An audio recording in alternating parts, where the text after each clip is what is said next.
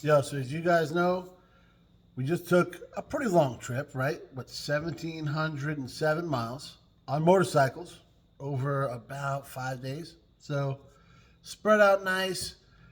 Some days are shorter than others because, well, some rides were a little more treacherous than others. And throughout the entire thing, there's always lessons to be learned, right? So we're going to sit down and talk about that.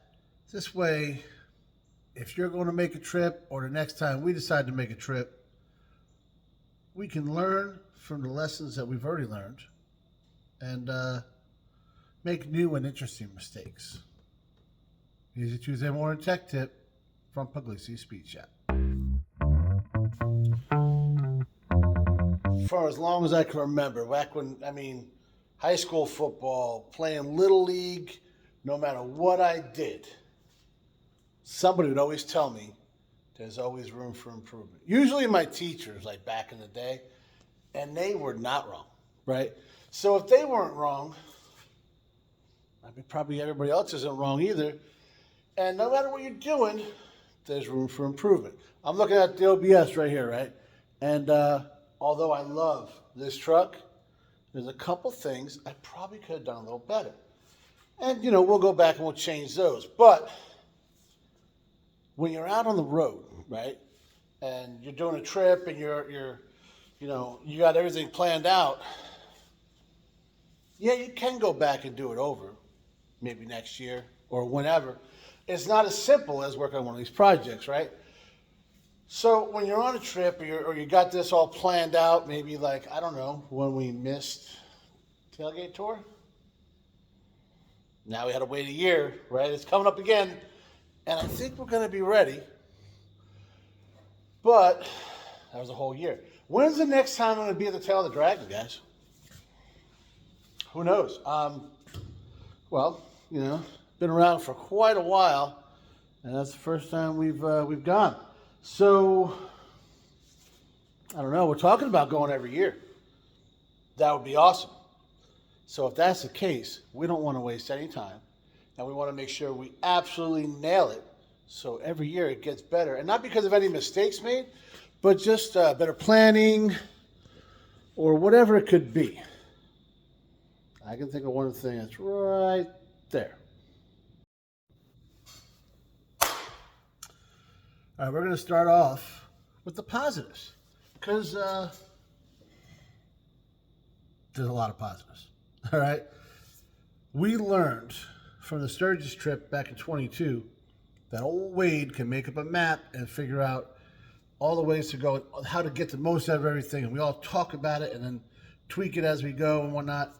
So that worked out awesome back on that trip. If you guys remember. If not, the kid will put a link. Go check it out, guys. There's a couple videos, and cross country and back, we got the most we possibly could get. So we're thinking the same thing for this time, right? So we were sitting out here talking, me and Wade, and he mentioned the D-Day Memorial. And he's like, well, you want to leave on Friday or Saturday? Because we got the cabin on Sunday. Guys were heading down on Saturday, going to a hotel in Maggie Valley. And go and do the Wheels for Time, which you can check out on Friday. And then going out to the cabin. That was in Robbinsville. So I was like, what do you want to do? And he said, well, if we leave on Friday, we can do this, and this. No brainer, right? That's because he's familiar with the area, right? A couple things we didn't know. We didn't know anything about the D-Day Memorial. So we spent about 45 minutes to an hour there. There was tours going on. And if we timed it a little bit better, we could have jumped on one of the tours. But we were not trying to spend a lot of time. So we just, toured ourselves around there. I think we got most of it. And then we talked to the guys and said, hey, this is only about 2.5, 3 hours, whatever it was from us. It's not a bad ride. And we're actually planning, guys, maybe going down there and spending the night, checking out the whole thing, doing the tour, hanging out there for the night in the area, and then heading back the next day. It doesn't always have to be a huge ride, right? So that's something, actually, me and Joe were talking about. It's like, yeah, this would be a nice ride to do, a little history and all that kind of stuff. So, the only thing we could have improved on there is maybe if we knew what time the tours went, we could have got there and planned that. But I really don't think there was too much other room for improvement there. Then we took off and went through a couple different towns. We stayed on back roads, guys, 90% of the time. The entire time we were gone, to include my return. I tried to do the same thing because I'd rather be on a 2-lane than be on a freeway somewhere. It's just better to look at. It's just so monotonous and boring staring at the same freeway. So it's a little slower going. I think it added 12 minutes to my trip because it was less miles, and that was on the return. So we'll get there. All right. I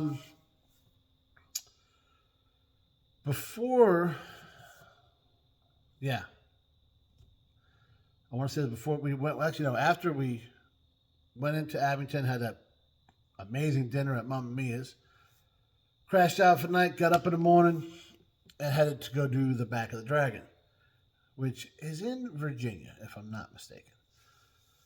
I'm going to say yes. But we did the Back of the Dragon. I said I don't have footage from that, but it was a little bit more demanding than the Tail of the Dragon, if I'm being honest. It wasn't as much constant back and forth with the bike, but there were some like hairpin turns where you could see they carved out the mountain to where I had to slow down so much in second gear, I was bogging down a little bit. And it was, yeah. I got the little magnet from there, and I got a coin, or not a coin, but a poker chip. And I'm glad I did. I'm going to tell you this. It was, yeah. It taught me a few things about a few things. And really the only thing you can do there is ride. Ride that ride. Keep riding it. Like Wade's been down there a bunch of times. He gets better every time, I'm sure. That one I was a little further behind him than I was in the ones that you guys watch. Because. All right, we'll leave it at that. After that, I got a little confident. We're riding along and stuff. And I didn't video this. I wish Wade had a camera going because, man, it would have been great. But, like I said, we did all these badass rides, right? Parking lot got me. Yeah, all right. We pull in for gas, okay? Now I'm going to have to show, I'm tying it with the hands, right? Here's pumps right here. I pull in my motorcycle here. Wade goes around and up here. And there's a hill with a good angle, right? I didn't notice that. So I'm sitting there and he's like, hey, where are you? I says, we getting gas? He says, no. And I was like, oh, I got 3/4 of a tank. We'll stop, get a drink or something. So I leave the pump and I go up on the hill. Well, he's on a flat, where it kind of flattens up. I'm not. So I'm there, right? And as I come up, my bars are kicked all the way because of how I had to make this turn, which would have been fine if I was still moving or had some throttle or whatever. Well, I plan on stopping, so I grab the clutch and I stop with the bars like this on a hill. And I put down both legs, but my left leg was a little bit, not quite touching the ground until the bike started to do this. And then it was through, and I gave it everything, guys, trying to keep it up. And I'm pulling the bars and I'm trying to leg press it. And Wade is sitting right next to me. He goes, no, no, no, no, no, no. And boom, it goes over. So luckily, it landed right where I scratched it when I did that burnout a year and some change ago. Kind of glad I didn't fix that yet. And it's just a scuff on the end of the bar, a scuff on the fairing. Nothing terrible, right? My pride, maybe a little. But, well, when it went like that, it freaking launches me off of the bike. So I go up, and I do a roll. Guys, I'm 40-something years old, 250-something pounds. It launched me like I was a sack of potatoes, you know what I'm saying? So I roll out of it, amazingly, and apparently I could take a fall. Who knew? And I kind of spring up, and I'm trying to catch myself, but I'm on this hill, and I'm like, it was man, I wish he would have videoed it. And my motorcycle, like, they fall, they're like this. Well, this thing was like this because of the angle, that hill it was on. I can't believe we've said it a million times. We didn't take a picture. We didn't video about it. We did nothing. I just stood there like this. just mad, right? At nobody but me, because nobody else did it but me. I could probably try and blame Wade, because why do you go on that hill? No, it was me. So, and now I'm trying to figure out how I'm going to pick this thing up 3/4 of the way. I mean, it was, so we get it up a little bit, we hold it, we got it, obviously we picked it up, and we got back to riding. So, be aware of your surroundings. Just because somebody else is up there doesn't mean you can be there. And he was on, like I said, it kind of crowned and flattened, and I was on this hill. If I was in, I think I actually kicked it in neutral, guys, because if I was in gear, I could have straightened it out and gone, or I could have, should have, would have, right? The best solution for that situation, don't put yourself in it. So there was no reason for me to go up there. I don't know what I was thinking. So that was the first bit of damage to my motorcycle and my pride. But then, like I said, we went down and hit Maggie Valley, and we got into the hotel, and we had a couple drinks and good night's sleep. Got up in the morning, Wheels Through Time, dope. Check it out on Monday. And no, not Monday. What day? Friday. Yeah, Friday. That's the day. Today's Tuesday. 2 day, 3, yeah. The third day, all right? Monday, 1 day. Tuesday, 2 day. Wednesday, when? Huh? What day? Thursday. The third day, okay? Thank you. Okay. In a couple days, it'll be out. Subscribe and click the little bell, and it'll tell you when it comes out. That's how that works. So, back to the story of, we then go and eat after Wheels Through Time with this little sports bar named Legends, which was great. We sat there, had a nice little meal, and I'll throw a picture up right here.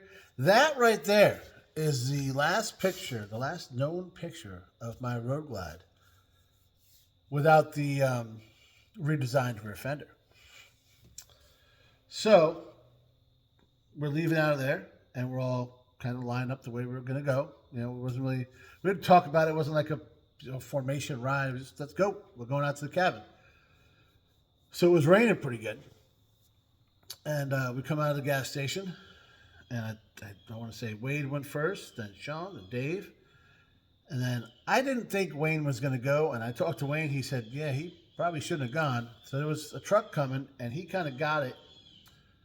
Well, you had to come out and immediately turn, and it was like all the painted lines. And you can slip on that stuff pretty good, guys.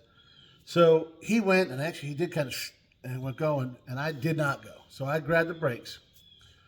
Unfortunately for me and Rob, he did not notice that I grabbed the brakes.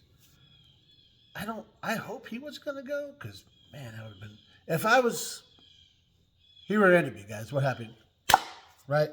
And this is what happened to my rear fender. Luckily, that's all that happened. And this might seem like, I'm so glad that the license plate didn't get bent, because either way, I'm replacing the fender. But the plate, you got to pay us extra money for the plate, and it wouldn't fit. I was just glad that didn't get messed up. I'm looking at the silver lining, I guess. But, and not, I mean, obviously he was super apologetic. He didn't do it on purpose. Nothing like that, right? But he wasn't looking in the right place. I mean, yeah, you got to, head on a swivel type of thing, but obviously I grabbed the brakes. He didn't see my brake lights. I don't know if he was looking down here at that truck that was coming, if he was looking to see if Wayne made it across. I don't think he was thinking about fully going. I think he was just going to go where I was and didn't realize, maybe he thought I was going to get after it. It was like, this is the first time we rode together, so that's possible. That's what he thought. Well, the second, if you count from going from the hotel to, it was like 6 miles. So, I mean, of course he felt terrible. I mean, yeah, I wasn't happy about it, but it was an accident. What are you going to do? So, we'll get it right. We'll get it fixed. I mean, the only way to fix it is really replace it.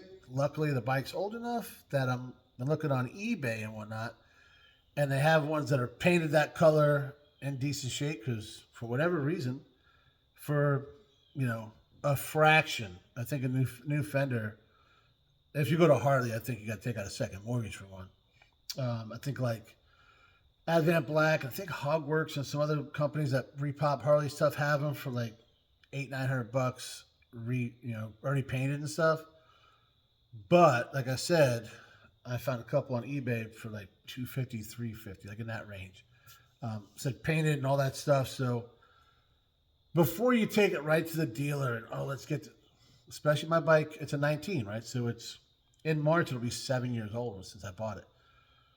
So, I mean, granted, I take as best care of it as I can. There are a couple scuffs on it from the burnout incident, which I think this whole thing is going to motivate me to fix it all. In fact, guys, I recently bought a bunch of other parts that I didn't put on yet. And I was like, oh, well, I'll wait till I get back from the trip. And I'm glad I did, because if I put on a bunch of other stuff, then, yeah, obviously that wouldn't have worked out.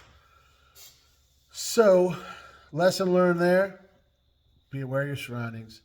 Maybe talk about things before, if you haven't ridden with somebody, an awful lot, give yourself a little bit of a buffer. And if something does go wrong, look at other ways of replacing it rather than insurance and the Harley dealer or whatever, because now it's a little bit intricate. There's a lot of bolts that come off in there or whatever, but they're just bolts, right? So we'll get to that and we'll take care of that. So lesson learned there. The rest of it, we ride your ride. We say it all. We cannot say it enough. There's some people think we're bullshitting, and I feel that's because you say ride your ride, and somebody's in those turns getting after it, right? There's a little bit of ego that's like, I got to keep up with that guy. Fight that, okay? There's no need for it. Like I said in the video, it's the same size every morning when you wake up, no matter what you did the day before. So, what about you and everybody else? Who cares, right? Which leads me to the last dish lesson. We're heading back to the cabin. I said we went and got some grub and met up with some other guys. We got caught in the rain again, and it wasn't bad, but it was enough that it was annoying, right? Well, every road in the Smoky Mountains does this, okay? And on that ride, we were schooled as to why they call it the Smoky Mountains. Because that fog rolls in, guys, forget about it. You can't see nothing, all right? So, people were a little bit on edge for that, and I get it. But we made it through incident-free. Well, we stopped for some gas, and we're heading back to the cabin, the last 3-4 miles of road before the cabin. And I'm following my buddy Jugs. Well, we'll throw a picture of him, because I don't think you met him. He looks exactly like this. All right? Sorry, buddy. But, no, so he's riding. He's got a Challenger, nice bike. And he's coming through, and I'm the same way in the rain, guy. I don't like sudden movements, because that's when stuff slips out and you can't do nothing about it, right? Whenever you're riding in the rain, you don't want to take off fast, you don't want to throw the bike fast, you don't want to do any of that kind of stuff. You want to just kind of smoothly, these things are like this, and he's smoothly doing it, but it's a bit of a feat. Some of these turns were, so he came around a little bit too wide, and guys, Wade mentioned it, and I did not mention it in the Dragon, but this is the number one cause of accidents on the tail of the Dragon is people going over the line. So they're all blind turns. A lot of the Smoky Mountains like that. I just found it out last weekend. So don't do it. Well, he went over the line. Thank God nobody's coming the other way. But he realized he went over the line, and he got a little bit, it kind of locked up a little bit and brought it around a little bit too much to where he went wide on the other side. There was just a little grass there, and he went off the road a little bit. And guys, it was the most graceful fall I've ever seen in my life.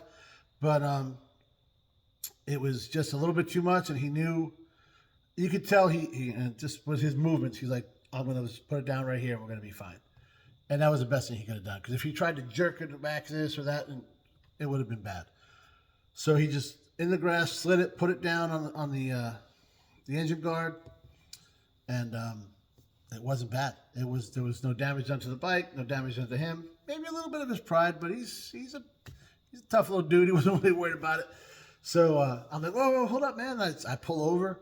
I was a tail guy. I get off the bike, and he's already got this thing most of the way up by the time I get there. So I help him out, get the rest of the way up, and there's a lot of mud stuck around his shifter and inside there, so we kick all the mud out of there, and thankfully nothing was wrong. But then he asked me too, he said, hey, man, were you recording? I said, no, I wasn't, man, because it was raining, so I took my phone off the mount and put it down there. He's like, oh, man, he really wanted to see it, and I wish I would have recorded it, man, but it just didn't work out. So we learned that lesson of, I think that was only the second time he was on that road. And the first time was in the dark, and he was by himself when he came in the night before. So I imagine he was very, very cautious, and it was dry. That was another big thing. So that was his first time on that road in the daylight, which I know sounds weird, but it could be a little bit, it's a different ride, right? And then it was wet. So I think he did everything right once he realized he was out of control. But maybe, the only thing you could do a little bit there was maybe go a little slower, or, that's really about it, because everything else he did right. He just might have been a little bit past his comfort zone, and that's not where you want to be in the rain. So that's definitely a lesson learned right there. Then we hung out for the night, all that kind of stuff, and I left the next morning. So when I left, my lesson learned there was, don't stay out in the garage until 2 o'clock in the morning drinking beer when you got to get up at 6. So I didn't get up at 6. I slept in until about 8:15 and got on the road when they went out to do their ride for the day, and we just parted ways. And I got home later than I wanted to. It gets dark between 6:30 and 7. I wanted to be home by then. I got home a little after 9. Timing was what it is. But coming home, it wanted to take me up through Greensboro. I was on 40 for about 140 miles. It was all back roads, got out of the Smokies. And there was a lot of road work that I actually sat there for about 20 minutes with the bike shut off, waiting for them to open the road back up. But what are you going to do? We were up in the middle of nowhere. That's the only way that I knew of to get out, and that's the only way GPS knew of to get out. So guess what? That's how I left. Like I said, I ended up on 40 for about 140 miles, and I could have gone to like 85 to 95, and I was like, I don't want to do that. So what I did was, it took me through Greensboro in like 840 to like, I don't know, it was like 360 or 28 and 280 something. All these little roads. Awesome, guys. Pretty much 2-lane the whole way up until I finally had to get on 95 just outside of Richmond. And that was a great ride, guys. I was all by myself. The weather was good. And I was just cruising, man. And I loved it. It was a great ride home. So I learned that little lesson there of, don't just punch in the GPS and go, man. See what it usually gives you a couple different options. See which ways you can go. Look at some back roads, that kind of stuff. And like I said, I think it was 12 miles longer, and it took me an extra 8 minutes. But way better ride. And I actually suggested old Wade that he come back the same way.